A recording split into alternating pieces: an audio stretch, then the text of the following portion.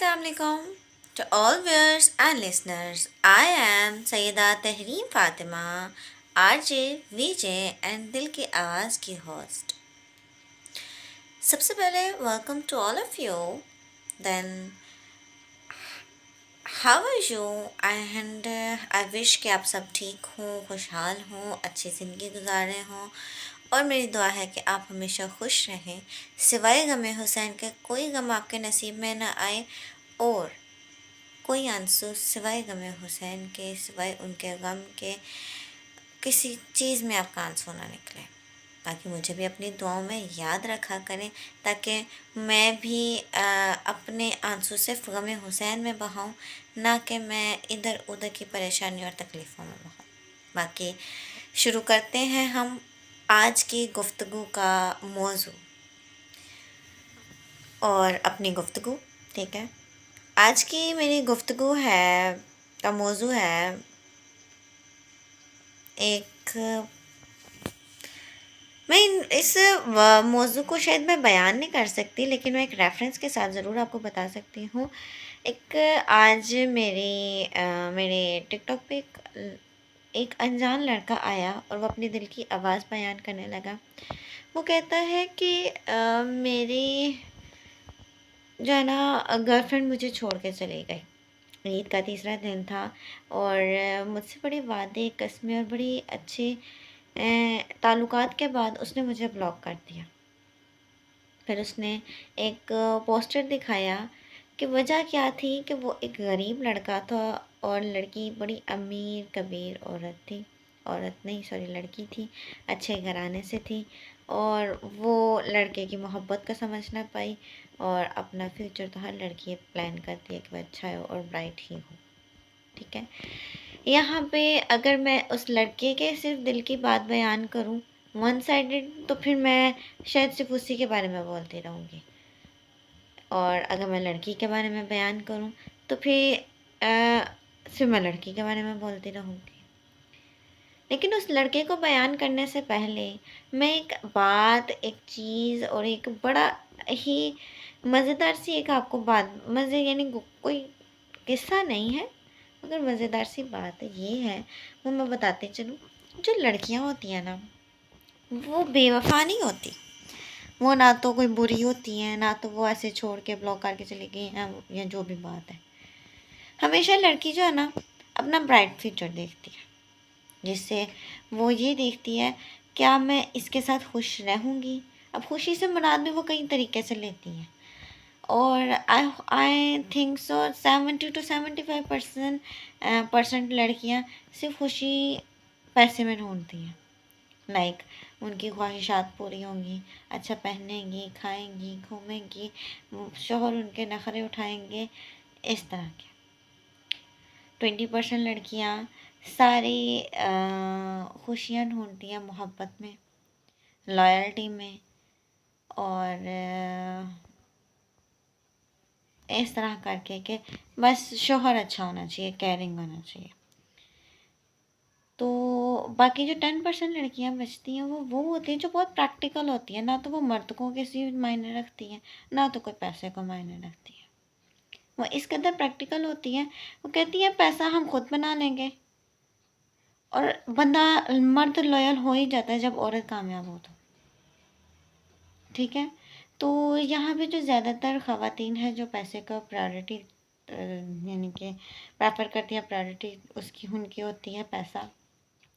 उनका कसूर ये नहीं होता कि भाई आप मीन्स के जो है ना वो बेवफा निकल जाएंगी, छोड़ के चली गई। उनका कसूर ये नहीं है कि वो बुरी होती है, बुरी नहीं होती वो, बुरी वो बिल्कुल नहीं होती।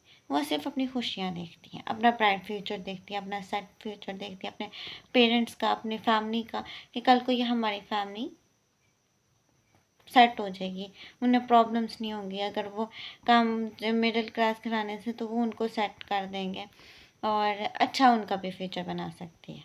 ठीक है, तो लड़कियां बुरी नहीं होती, ये मैं अपना पॉइंट ऑफ व्यू दे रही हूँ।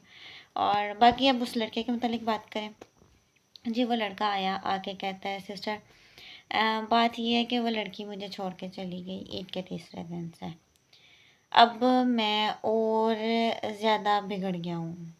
मैंने उसकी हालत देखी, प्रोफाइल विज़िट किया, सारा कुछ सब देखा, तो मुझे काफ़ी बुरा लगा उस लड़के का। सिगरेट वो बच्चा पीता है बुरी कंपनीज में, यानी कि उसकी कंपनी है और बड़े ज़्यादा उसके दोस्तों की गैदरिंग नहीं अच्छी उसकी। बाकी उसकी ज़ुबान, उसके कह लो कि लैंग्वेज, उसके जो इर्द गिर्द का माहौल है वो काफ़ी टपोरी टाइप, लफंटर टाइप उसका माहौल था। ठीक है। बेटा बाप माँ बा इस तरह करके काफ़ी उसने जो है ना अजीब वीडियोस थी उसकी, बदमाशी टाइप। आप तो समझते ही होंगे इस चीज़ को। तो बस वो लड़का बस अपना तकलीफ़ जब बयान कर रहा था, कहते मेरे ना अब तक ना 2 गर्लफ्रेंड्स बन चुकी हैं। ठीक है। और दोनों ने मुझे धोखा दिया। पहला कहता है मेरी गर्लफ्रेंड थी, उसके जाने की वजह से मैंने स्मोकिंग स्टार्ट कर ली। अब उसकी उसका इतना बुरा एडिक्ट हो चुका हूँ कि मैं वो नहीं छोड़ पाता। ठीक है। बाकी दूसरी लड़की की वजह से मैं आवारा हो गया। फिर मैंने कहा कि चलें मैं सब कुछ छोड़ दूंगा अगर वो मेरे पास वापस आ जाएगी। तो मेरा बस इसको कहना इतना था कि आपकी ज़िंदगी पर किसी दूसरे का इख्तियार क्यों है? एक मर्द की ज़िंदगी पर इख्तियार क्यों है किसी दूसरे या तीसरे का, जबकि मर्द अपना इख्तियार, अपना रोब, अपनी ज़िंदगी दूसरे के मुताबिक नहीं चला सकता। ठीक है। मर्द अपने आप को मर्द क्यों कहते हैं जब तक वो अपने आप को कंट्रोल नहीं कर सकते। एक औरत के लिए, एक उस चीज़ के लिए जो एक गुनाहों की पोटली होती है, उस चीज़ के लिए अपनी ज़िंदगी बर्बाद कर दें। लेकिन जब मुझे बात डिटेल्स में पता लगी, फिर मुझे पता लगा कि उसकी ज़िंदगी में कोई ऐसी औरत है ही नहीं है जो उसे समझा सके। यानी जी हाँ, आप भी शायद उस बात तक पहुँच गए हैं। वो उसकी मदर की डेथ हो चुकी है और वो बड़ी देर पहले की, जिसकी वजह से वो बच्चे को समझाने वाला ही कोई मौजूद नहीं। उसका कसूर नहीं था। उसकी प्रायोरिटी थी, अगर गर्ल्स थी तो उसका वो बिल्कुल कसूर नहीं था। वो सिर्फ प्यार चाहता था। अपने अकेलेपन को, अपनी तकलीफ़ों को वो फिलअप करना चाहता था, मगर लड़कियों ने उसका इस्तेमाल किया, उसे गलत वे में लेके गई, उसे बिगाड़ दिया, गुनाह कमाया उससे। तो प्लीज़ प्लीज़ प्लीज़ गर्ल्स, ऐसे लड़कों के साथ गलत मत किया करो। ये लड़के जैसा लड़कियां कसूरवार नहीं होती, मर्द भी कसूरवार नहीं होता है। जो लॉयल होते हैं वो बहुत लॉयल होते हैं।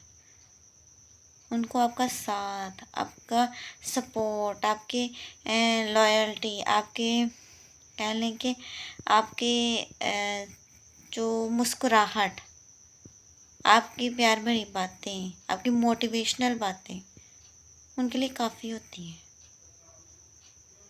उनकी ज़िंदगी में, उनकी ज़िंदगी संवारने में काफ़ी होती हैं। एक बच्चे की जिसके सर पे उसकी माँ का साया ही नहीं है, उसके साथ गर्ल्स आप इतना बुरा करते हो। Please don't cheat.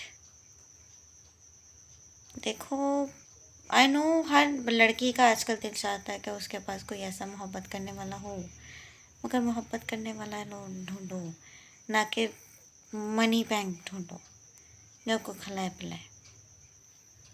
बाकी खिलाने पिलाने के लिए दुआ करो आपके माँ बाप आपको दें, आपको किसी दूसरे से ज़रूरत पूरी करनी ना पड़े। और मैं ऐसे लड़कों के लिए बहुत अफसोस करती हूँ जो अपनी ज़िंदगी किसी लड़की के पीछे ख़राब करते हैं। मेरे भाइयों, किसी के पीछे अपनी ज़िंदगी ख़राब नहीं करते। ज़िंदगी आपको अल्लाह ने दी है, ना कि इन औरतों ने दी है, इन लड़कियों ने दी है।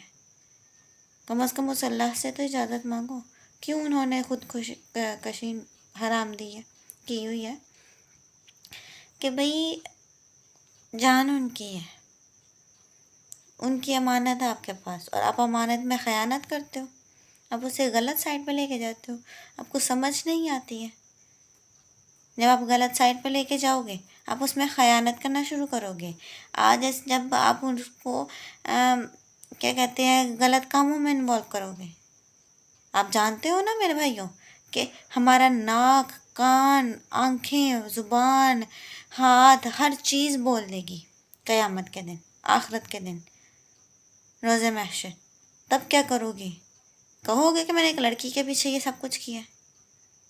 ओ मेरे भाइयों प्लीज़, और लड़कियां जो आप सब कुछ करते हो लड़कों के पीछे, एक दफ़ा सोचो, रोज़े महशर क्या जवाब दोगे आप?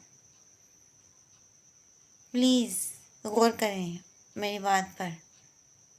बाकी इससे मज़ीद मेरे शायद बोलने का वक्त नहीं है, लेकिन मुझे अपनी दुआ में याद रखिएगा, और जो जो भी मसला हो आप मुझसे ज़रूर डिस्कस किया करें, ताकि मैं आपके मसलों पे कोई ना कोई पॉइंट उठाऊँ, आपको कोई बात बताऊँ अच्छी। ठीक है, बाकी अल्लाह हाफ़िज़, अपना ख़्याल रखिएगा और मुझे अपनी दुआ में याद रखिएगा।